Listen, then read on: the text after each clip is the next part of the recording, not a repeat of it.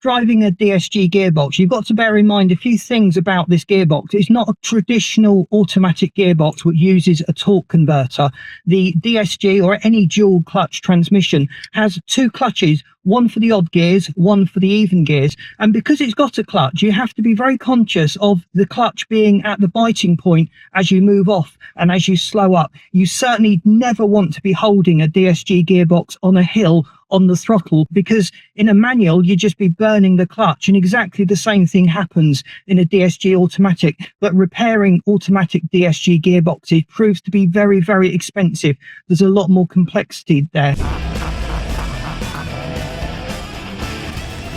Now, we've spoken at length about allowing the engine to warm up, and that is especially true of the DSG gearbox. Before we start driving it hard, we need to allow the fluid inside, the mechanisms, the gears, everything around the gearbox to warm up to operating temperature. And it just avoids excessive wear and tear if we do that. So be very conscious of that. And just sitting there idling the car is not warming up the automatic gearbox in these at all. So it's just best to get in and drive off if you're in a country that doesn't have extreme cold, and you can do that. If you do have extreme cold, you've probably got an engine warmer anyway, so the car will be ready to move off much more quickly than just sitting there idling the engine for hours and hours on end. So in a DSG gearbox, you only use park when you're actually parking, because it fires a little parking pool into the transmission. And you certainly don't want that engaging and disengaging while the car is moving. And you don't want to keep using it in stop-start traffic. It's just really annoying.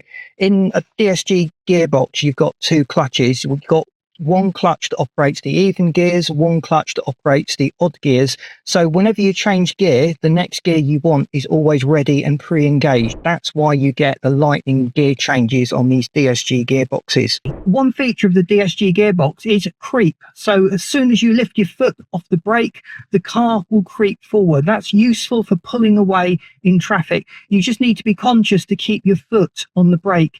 If you're in traffic, should you use the park position? Should you move it to neutral? Or should you just keep your foot on the brake? Well, using park is generally only considered appropriate for actually parking the car. It locks the transmission and prevents it from moving. So when you stop in an automatic, you just put your foot on the brake pedal. You can engage the handbrake and lift off the foot pedal. That stops the rear brake lights from shining, dazzling the drivers behind. Then when you're ready to move off, you just disengage the handbrake.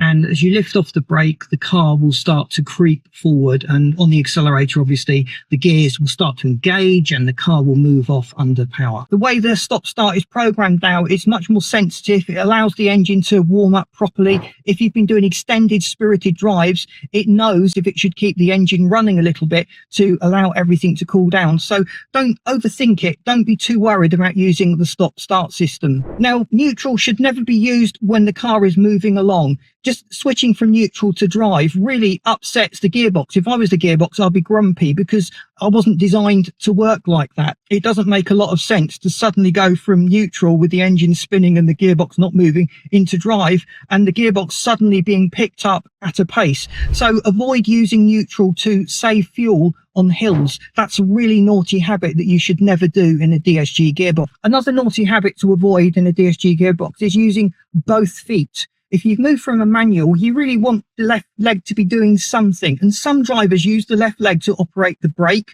and the right leg to operate the accelerator. Now, if you're pressing the brake and the accelerator, the poor little mechatronic brain in the gearbox is going to be really confused as to what it should be doing. Are you slowing up or are you accelerating away? And that causes excessive wear and tear on all of the components. Now, when it comes to care and maintenance, I would strongly recommend to get the gearbox oil or the transmission fluid changed fairly regularly. Every 40 to 50,000 miles is recommended. It's going to depend on your driving style. If you're a very gentle driver, you can push that ahead. If you're an aggressive driver and the gearbox transmission fluid is dealing with a lot of heat build up, then I would shorten those and get that done more regularly. Please ignore the Seal for Life recommendation. You really do need to keep on top of the transmission oil changes.